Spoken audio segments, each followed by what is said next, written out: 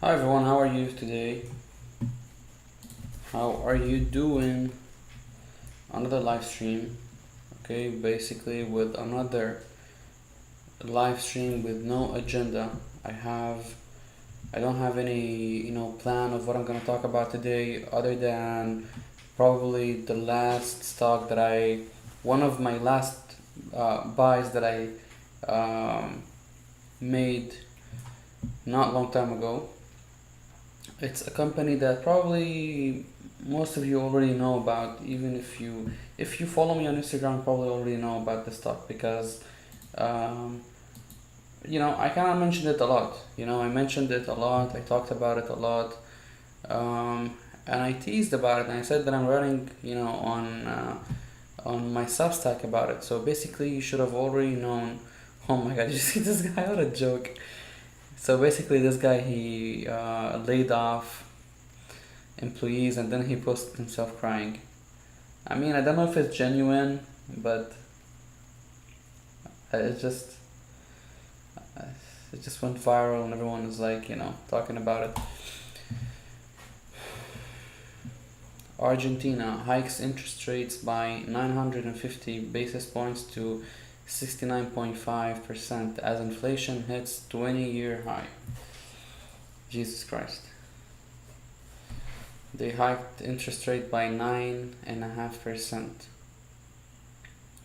Central bank raised rate for the 28-day term to 69.5% from 60%, a rate that banks set just 2 weeks ago when it hiked the rates by 800 basis points, and the government shuffled its cabinet to install a new economy super minister. By the way, if I'm not wrong, there was a sovereign bond by Argentina not long time ago that was actually sold. Yeah, I think I'm right. Let me check it out. And people were criticizing it, saying like, what's different right now? Why should because Argentina is known for like its economic problems. Let me see, Argentina bonds or new bonds issuance. Let's say. Yep. Let's see. Yeah, I think this one. Yeah.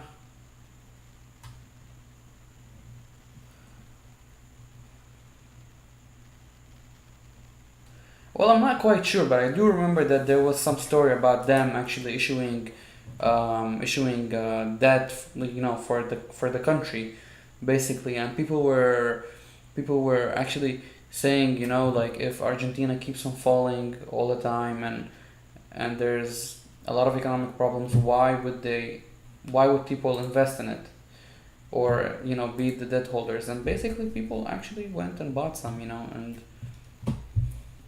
yeah. So this is crazy. Let's see what else in the news. Here's where China real estate trouble could spill over. By the way, this is okay. So this is an article on CNBC. Okay, as you can see over here, an article on on CNBC about Chinese real estate trouble. Okay, and on the Wall Street Journal, you have the same thing. The bursting Chinese housing bubble compounds Beijing's economic woes.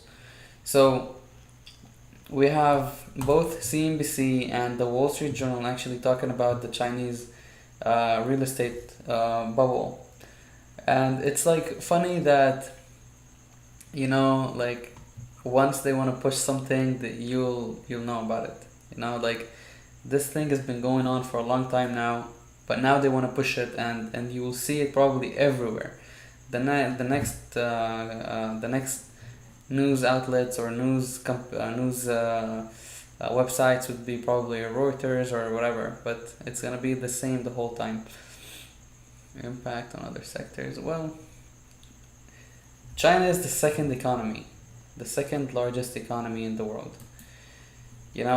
For all the people are cheering for China to fall, and let's say you're from the U.S. It's not something you want to wish for. You know, the whole world economy is like a giant spider web. The whole thing is like a giant spider web, and if you poke one side of the huge spider web, then you're gonna you're gonna have vibrations sent to the other side. And if this the whole global economy is basically connected right now, and every single tweak or every single touch would literally send you know, if we're talking spider web, it sends vibrations to the whole structure. And you know, like, the most recent example we can actually talk about is basically China. It's basically Russia and and Ukraine. So everything is connected. Nothing is like standing alone and not connected. Everything is interconnected. Whether it's China, whether it's Ukraine, whether it's Russia, whether it's the United States, the whole thing is like a giant spider web. The whole globalization actually made us very connected to the good and to the bad, you know. And yeah, so also, if you wanna like cheer for China to fall, it's not a good idea, because we're gonna get screwed too. By the way, if you want 4 stocks to short, Jim Cramer basically came out with his 4 picks. Unfortunately, by the way, his top picks, some of them are my holdings. So here are his stock picks. He picked Amazon, AMD, Microsoft, and Disney. So it's bad for me. Why? Because I hold Disney. It's my largest position. Amazon is my second largest position, and Microsoft is also one of my positions. So basically, you know, my portfolio is gonna be doing bad probably soon. If Jim Cramer picked Disney, Microsoft, and Amazon, and these are 3 of them are my positions, oh my god. I hope you know, I'm gonna be lucky this time and he's not gonna. Oh, and look, my name is here too. So I guess it's like a sign for me from God, probably. I don't know. Tamer. Okay, my name is Tamer, by the way, for those who don't know. Like, it's Tamer, but I mean, you know, everyone calls me Tamer. So yeah, inflation is not yet tame, but it's tamer. And tame inflation can bring the old pattern of the market tumbling the day after any rally, he said. That didn't happen this time, and you can feel confidence oozing back, he added. Oh my god, this is bad. Yeah, but, you know, all jokes aside, right? Disney is in a great shape. Okay, they reported earnings, and the stock literally went up by probably 10% within, like, in 2 days matter. That the first 4%, I think, was after the CPI report, which is the inflation report. We're gonna talk about it if you want. And the second 5 or 4.5% rise was after the reported earnings. And the reported earnings basically showed us holders that the parks are doing very good. And I had some, like, you know, I was thinking about and worrying about the whole streaming segment of Disney. Not because it's not strong, not because they don't have content. They have a lot of content. And I actually believe that at some point, they're going to be one of the most major players in the streaming world, if not the best one, even. This is part of my thesis, by the way, why I bet on Disney. But, you know, the CEO basically had a very aggressive target, where he said that they're going to reach between 230 million to 260 million by 2024, plus they're going to reach profitability too, meaning that the segment will start bringing money to Disney, and they're going to get to 230 or 260 million subscribers on Disney Plus alone. So to me, that was an issue. Why? Because looking at different platforms, all of them basically said that subscribers basically either the growth either fell, or some, like Netflix basically, had subscribers leave the platform. And then you see Disney over here saying that they're gonna get to 230, 260 million by 2024, when the whole industry was plateauing. But they beat on expectations. They basically brought in more subscribers than was estimated. But to say, but also the CEO, which kind of like, fulfilled my, let's say answered the worries that I had, and everyone else, by the way, had. Like, if you go on Wall Street Journal, you can read this. If you go on CNBC, it's not like I'm a genius. Like, everyone was saying that he might go out and basically say that we need to like bring down the expectations of the subscribers for 2024 or 2025. I don't know exactly when. I think 2024. I'm not sure, but it doesn't matter. He said that within the next couple of years, they're gonna reach 230, 260 million, and they basically lowered the expectations right now. They're lucky. In my opinion, they're lucky, especially in this market. They did very well in the recent quarter. They did very well. The parks did very well. Everything, all the segments went actually very good. And why I'm saying they're lucky, because we see how companies are getting punished recently when they miss earnings, or when they miss something on estimates. So Disney beat both on revenue and on net income. So they didn't miss on anything. But the only thing they missed on was the growth segment that is expected to grow for years ahead, which is the streaming segment. And they lowered also. I mean, they lowered expectations. Didn't miss on it. They lowered expectations, and the market recently is not like this, cute market where back then, if a company used to miss or basically lower expectations, nothing would happen. No, this market is punishing all of the companies. We saw it with Facebook 2-3 quarters ago. We saw it with Netflix. We're seeing it with big companies too. It's not like small companies that have small market cap. They are big companies. They're companies that have a lot of big market cap. And they can basically take the whole market down if they fall. Another company that I own, which Kramer is bullish on right now, unfortunately, is Amazon.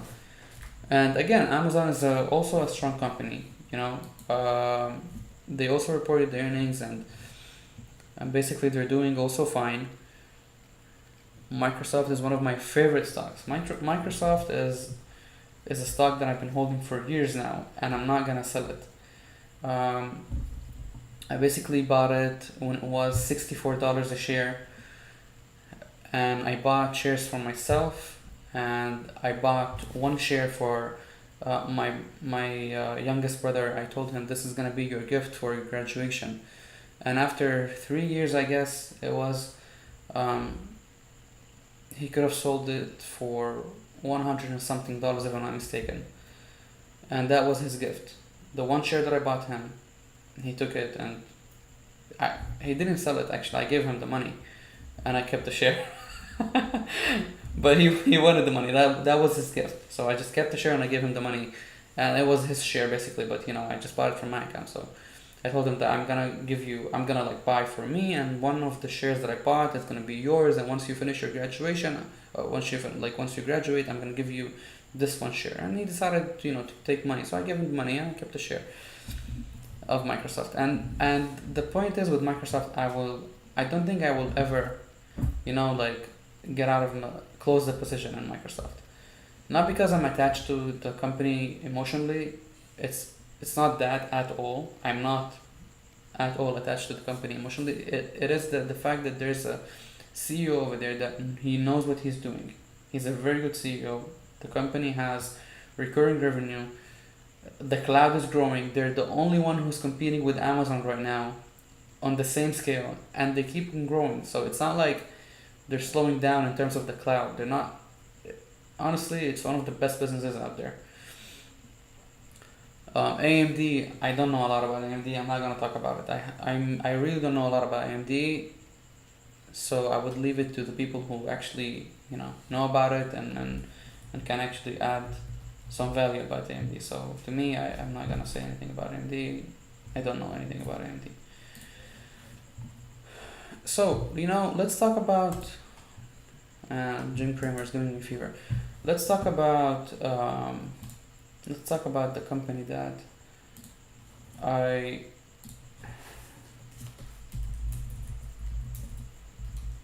I bought not long time ago.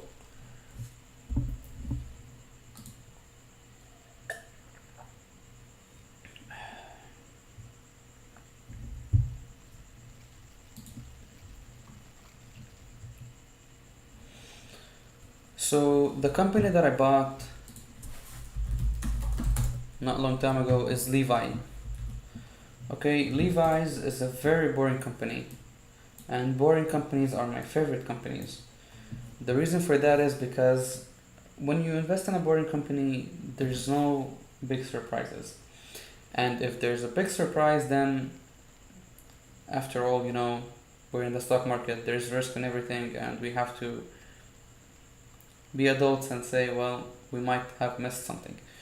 So Levi's is a company that basically sells jeans. Okay, that's what they do. They sell clothes. Mainly they sell jeans. Levi's have 5 main brands. Okay, the first one is Levi's. The second one is Signature by Levi Strauss & Co. The third one is Dockers. The fourth one is Denizen Brands. And the fifth one, which they acquired back in 2021, is Beyond Yoga. Now, if we take a look at Levi's revenue share, I will show you the revenue share. I will put it over here. We can see that 87% of their revenues comes from the Levi's brand, which is the jeans and the clothing and stuff like this. Okay, and then you have these 2 brands, Signature by Levi Strauss and Denizen. They account for only 8%, and then you have Dockers and Beyond Yoga. They account for 5%. Okay, so if you have some belief that in the future people are not gonna wear jeans, or people are gonna stop wearing jeans, then do not buy Levi's. It's not a company that you wanna buy. Now, the beauty of Levi's is that they already, that's like a thing that probably gives me some comfort, but also it's kind of like a headwind. Not a headwind, it's kind of like a limiting factor. Let's call it that way. So the company's products are already being sold in 110 countries around the world. Okay, so basically they expand everywhere. Okay, they expand everywhere, and the expansion is not, they're not gonna expand more. Like, the only thing that's gonna happen right now is basically they need to make sure that they can raise prices. Okay, and they need to make sure that people are gonna come back and buy their stuff. This is the only thing that they need to make sure about. Like, with that being said, now we're seeing that it's easier for new companies to emerge and actually bite or take some market share from existing companies, even if it's Levi Strauss. Okay, so like, I'm gonna always be looking for the small company that's gonna come and gonna start biting and taking some market share from Levi's. How? I have no clue how it's gonna happen, but it happens every single time. It happens all the time. So when it happens, we're gonna see how they're gonna deal with it, and that basically it all boils down to the management. How are they gonna deal with it? Will they buy them out, the small company? Will they crush them? Will they make the same product and sell it for less? Like, this is basically when it comes to the management. Like, when you see Facebook, let's talk about Facebook for a second. Okay, Facebook now was having a lot of problems from TikTok. Okay, but Mark and also Cheryl, they are one of the most ruthless, in a good way. If you're a shareholder, you want the management to be a management where they don't care about crushing their competition. I know it sounds like mean or something, but if they want to survive, they had to copy stories from Snapchat. If they wanted to survive, now they have to transform Instagram, where they have reels. This is the game, like, I know it doesn't sound like nice, but this is it. You want, uh, let's say, Mark to shift the strategy of Instagram and make it where it kind of like close to TikTok, but not TikTok, because Instagram still has something special to it, in my opinion at least. I love Instagram. I have my page over there. I have my community over there. I love Instagram. Okay, and I can see, from as a creator, I can see how they're shifting, even the reach. Once I make a reel on Instagram, I have so many views. It just goes, sometimes it even goes viral. I have thousands and thousands of views and even likes. Okay, but if I post like a normal, post, a picture, something static, not moving, I get 100, 150 likes, and I have 41,000 followers. It's not like I have 1,000 or 2,000. And back then, I used to get 800, 1,000 likes. So you can see how they're trying also to convince us, the creators, to go down that path where we have to create more videos, where we have to be more creative, and so this is what I mean when I say it all boils down to the management, how they shift their or how they shift their platform, how they make it where even I'm looking at the reels recently, and at the beginning I really thought it was boring. I really thought that reels were boring. It's just like a copy of TikTok, and it's not even a successful one. But now recently I'm going there and I'm seeing that people are actually being more creative. They're posting like some fun stuff, and I deleted TikTok. I don't need it anymore, because TikTok is, disclaimer, I am a shareholder of Facebook, of Meta.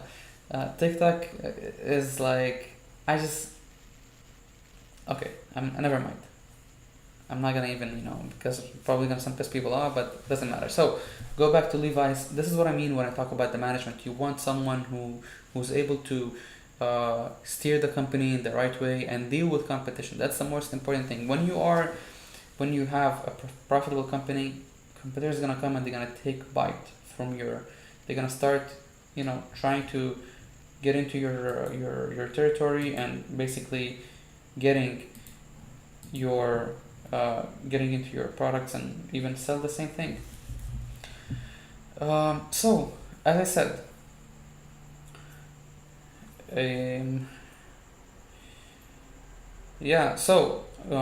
I said about the growth, so the growth is somewhat limited. People need to go back and buy the same products. At some point, I feel that people might be, like, just bored about it, and maybe something will come up, but I don't think something's gonna replace jeans. Another thing that I want to talk about is that the company is actually steering to build its online experience, the direct consumer push that they're making. So since 2011, the DTC, the direct to consumer segment, was only 20% of net revenues, and now is 40% of the company net revenues for 2021. Okay, the beauty of the thing over here is that this segment has better margins than the normal one. Okay, so they cut the third person, they cut the middleman.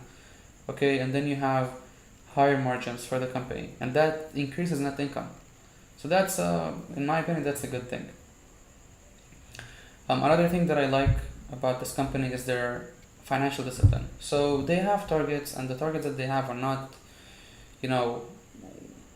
they're not absurd. They're actually like okay target. They want to reach an EBIT margin of above 12%.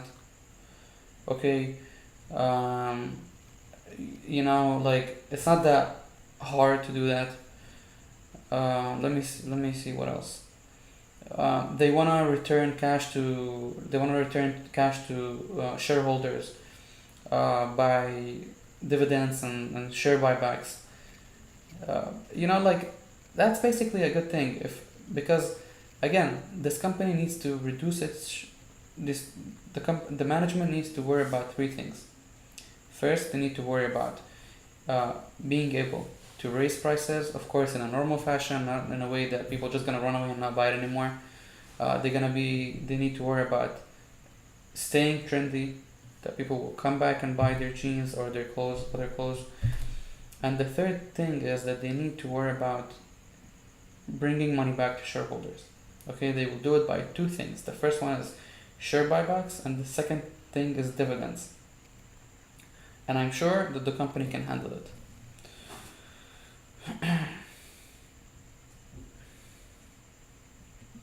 By the way, another important thing to look at when you're investing in Levi's is the price of cotton. Okay, so the fluctuation of cotton basically will determine the gross margins of the company, because the main material they use is cotton. Okay, so if you take a look at the chart, I put it over here. You can see that the price went crazy, right? But then it fell. I mean, and the expectation is that it will continue dropping. I'm not gonna I don't know a lot about prices of commodities and what's gonna happen. I don't know. Okay, but I'm gonna keep an eye on it just to see before, let's say, earnings results, how the prices of cotton are doing. Are they going crazy? And that's basically where it ends to me when it comes to this thing. Again, I have no idea what's gonna happen to the price of cotton. Will it go down? Will it go up? Will it stay stable? I don't know. I'm not gonna lie. But I'm gonna keep an eye just in case, if anything goes crazy, so I just know what I'm doing. Let's talk about long-term plans. Okay, so Levi plans to grow revenues in the range of 6% to 8% annually. Okay, which, by the way, I will get to my valuation in a minute. I made the estimates on the lower end. I basically even made it lower than 6%. I will show you when I get there. Okay, they want to get to EBIT margin of 15%. EBIT is earnings before interest and tax. Okay, that's basically an indicator for the company's profitability.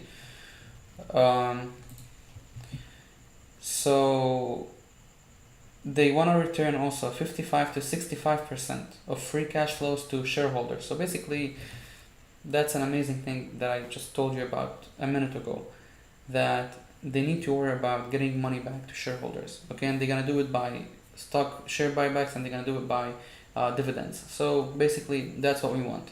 Okay, we want them to bring money to the shareholders, us, because again, the company doesn't have a lot of growth prospects in the future, and you need, in order to compensate for that, you need to give shareholders dividend, and you need to reduce the outstanding shares, and that's how you also increase earnings per share, right?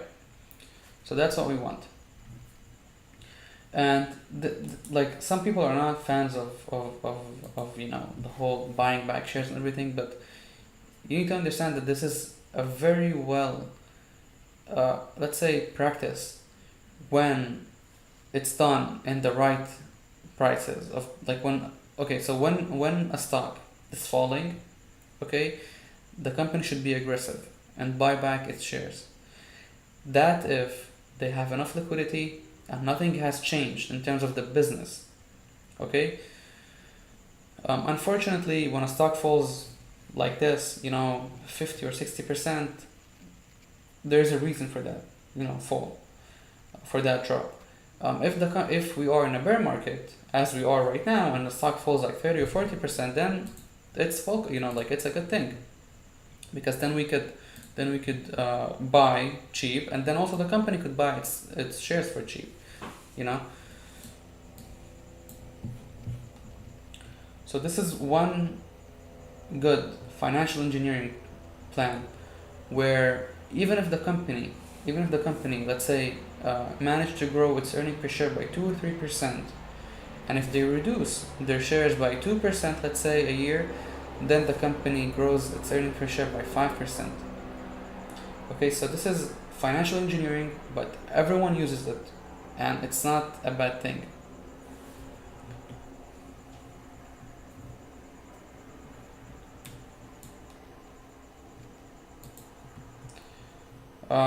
The US market is basically doing very well. Okay, the revenue last quarter grew 20% and reached $1.5 billion. And with that being said, the supply chain issues, limited growth by 2%. And what's good about this part is that, supply chain issues are easing, inflation is easing, and hopefully, it's going to be a tailwind for the company, that all the prices of their materials is dropping, and supply chains will be even easier. The supply chain issues will be easier or resolved, and then the 2% of growth will be added to the normal growth of the company.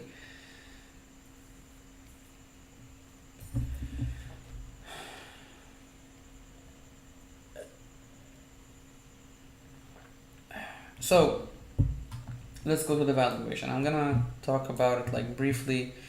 By the way, my valuation, the stuff that I do is very, very simple. Okay, I do not like to complicate anything, and I'll just go through it very fast. I will show you. Let me see if I can see like this.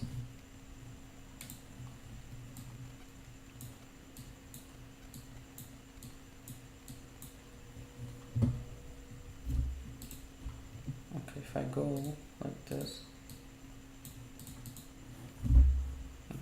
Let me see if you. Just want to make sure you guys see it.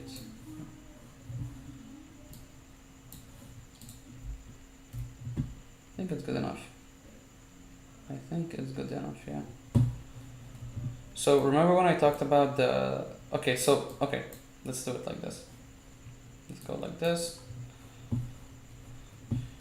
Okay, so this table basically over here, I'm estimating how much revenue the company will bring by 2026. Okay, currently the revenue is $6.4 billion.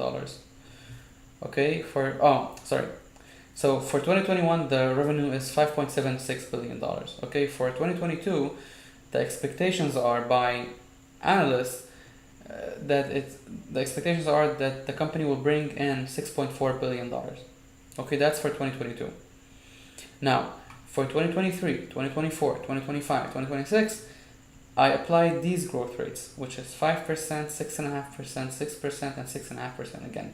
So if you remember, the company basically said that they expect future growth to be between 6% to 8%. Okay, I applied growth rates on the lower end of their expectations. Okay, why is that? Because I like being conservative, and especially when I'm gonna repeat this thing over and over again. When I make a research when I like analyze a stock and I post it to everyone, I like to be very, very conservative, because I don't want anyone to get excited about a stock, buy it, and then, in the stock market anything could happen, and let's say the stock falls and they're gonna start saying, well, you said it's undervalued, you said this, you said. So this is like the numbers that I put. You can apply more aggressive numbers, you can apply less aggressive numbers, you can do whatever you want. Okay, but when I post the research, it's very conservative, and I'm not aggressive when I do it like this, because I don't want anyone again to be excited and go all in or buy this. I don't want anyone to lose money because of me. So I'd rather be conservative and people,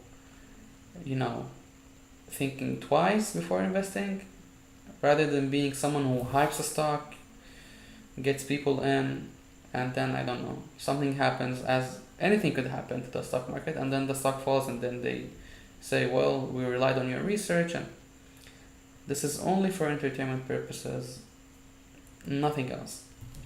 And education, of course. I'm like, if you can get any value of this, and that's great. Regarding the EBITDA, okay, regarding the EBITDA, I applied over here 13% margin.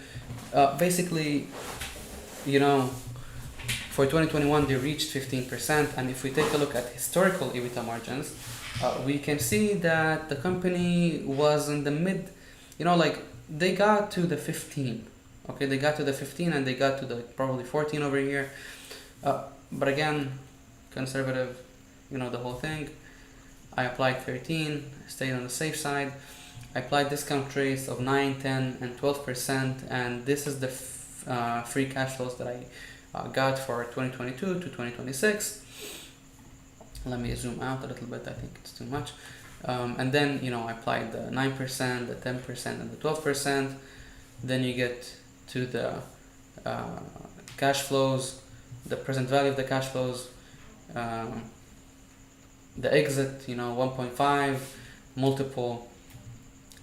Long story short, this is what I got. I got that the per share price, let's say the intrinsic value, should be $23, $22, or $20, of course, according to the discount rates that I applied. And they're all, by the way, higher than what the stock is selling at right now. Basically, what I'm implying over here is that the stock is undervalued. And I was conservative again. I wasn't being too aggressive. But again, everything I'm saying over here is an opinion. Okay, you could ask someone, for example, to make the same research and do the same model.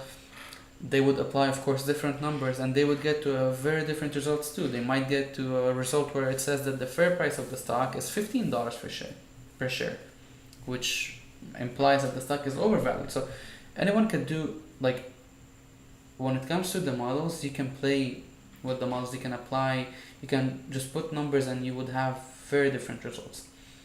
Again, this is my opinion. It's not like a recommendation or anything. And disclaimer, I do own Levi stock. It was my I said actually that I bought it before, and So basically, this is it for today. I wish someone was watching that could ask them if they need anything to to ask, and I would answer the question. But basically, this is it. Okay. To those who's gonna watch the live stream, I hope you're gonna enjoy it. I hope I'm gonna add value to you. By the way, other live streams, I'm getting views on them. I got 75 views, 35 views, and which is great, because people are not connecting on the live stream, but they actually go over there and they go after and they watch it, which is good. This is it for today. Thank you for watching, and I hope at some point, I'm gonna keep on doing these live streams, and I hope at some point we're gonna have people actually interacting with me while I'm doing the live stream, and then it could be more fun. I could, of course, talk about stuff that interests you guys and not only what I want to talk about. And this is it. And I'm gonna publish the Levi's research right now. If you are a subscriber on Substack, you're gonna receive an email in your inbox of the research. If you're on my Instagram, then I'm gonna probably put it over there, and you can also click the link and get it from my Instagram. Thank you for watching, and have a great day.